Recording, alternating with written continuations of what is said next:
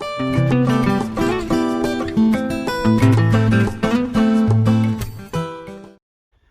this is Joey from Aquatech, where you can find all things soap related.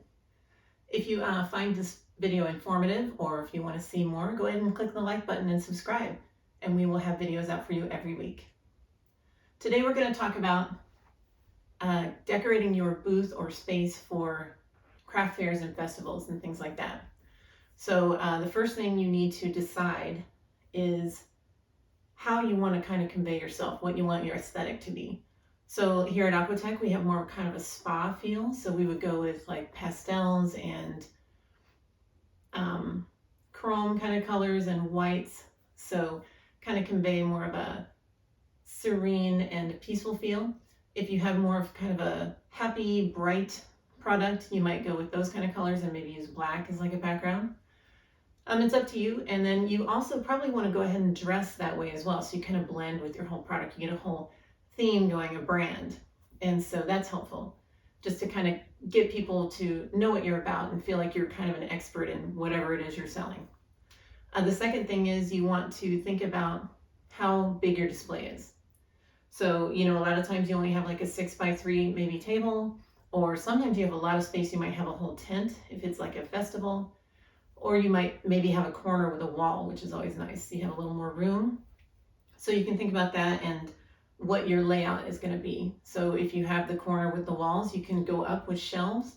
If you have a tent, you can go all around. It'll be more of a U shape, so you have a lot more room for your product. You can think about maybe putting more out on the table. If you have the small table, you really want to think about maybe not putting so much product out, because it tends to look cluttered, especially in with our spa theme.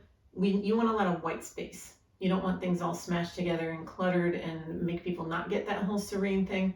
So what we would do is go ahead and have a larger display maybe when you first come up to the booth. If it's hard to know sometimes what the flow is going to be, but if you know what the traffic's going to be like, then try to, at the front of the booth, have kind of a larger display with some of your more popular items, or some pretty like decorative items. You can have like a vase with little flowers in it, little kind of crates stacked up with openings that you could tuck in, you know, little botanicals. You can string maybe twinkle lights around, just to kind of call some attention and class the place up a little bit, so to speak. You want to try to keep your tablecloths and, you know, drapery fabric kind of the same theme, the same colors. And so as they come in, they'll see first this kind of larger display that'll bring people over. Then in the middle, you'll kind of have your products set up. So you want like one of each product, or a few of each, depending on how many you have. And you can do heights, different levels to kind of, and I have one here.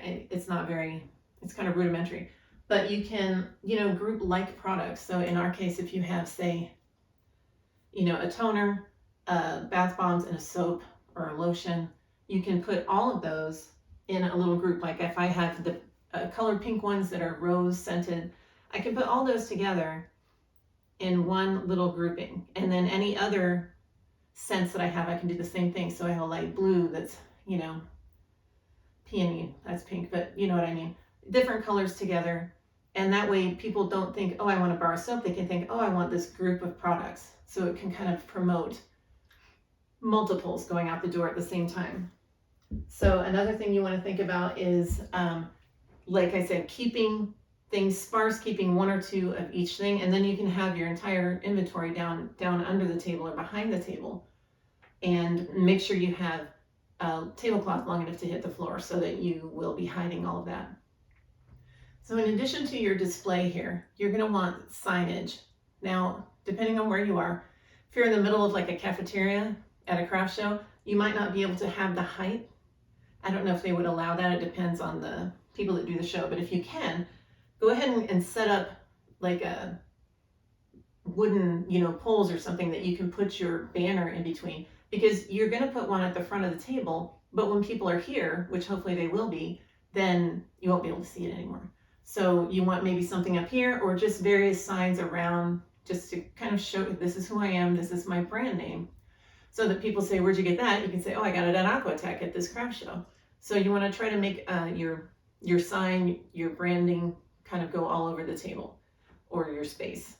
So you want to kind of, like I said, there's three kind of phases. There's your intro, there's your main product. And if you can, if you have time, or if you have space, now if it's a small table like this, you're not going to have the space really. But if you can, try to leave a couple feet at the end, or a foot even, to have kind of a cash out area, you know, where you have your bags, you have maybe a sign up sheet for people to put their address, email address down for like a newsletter if you do that, have your business cards.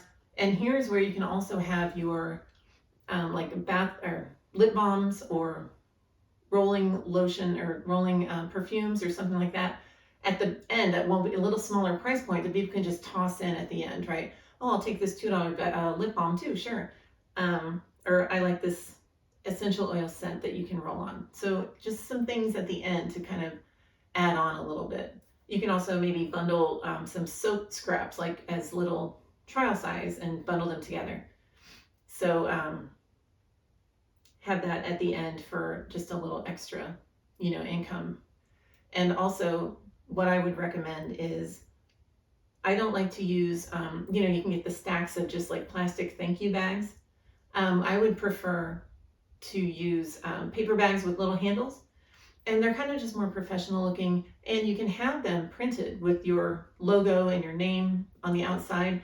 If you get them in bulk, it's not as expensive, and you can just use them for your whole season of craft shows. Or you can stamp them. If you have a homemade stamp with your logo, you can get those made as well. It might be a little cheaper. Just make sure you use waterproof ink so it doesn't smear all over the place. So people will be carrying those around, you know, the craft show or the fair, and people will see it and they'll be like, oh, what is that brand? You know, what is that company? And so it's just a little extra branding. You also want to make sure you stick a business card or two in each bag so that when people do ask that, they can say, oh, here, I got it at this booth. Here's their card. And you know, of course, you have your website and everything on there. If you have an Etsy store, you would have that on there, just to keep people, you know, aware of where you are. So, so these are my pieces of advice for how to set up your fair table. And I hope that you found this very useful. And if you did, please press like and subscribe, and we will talk to you next week.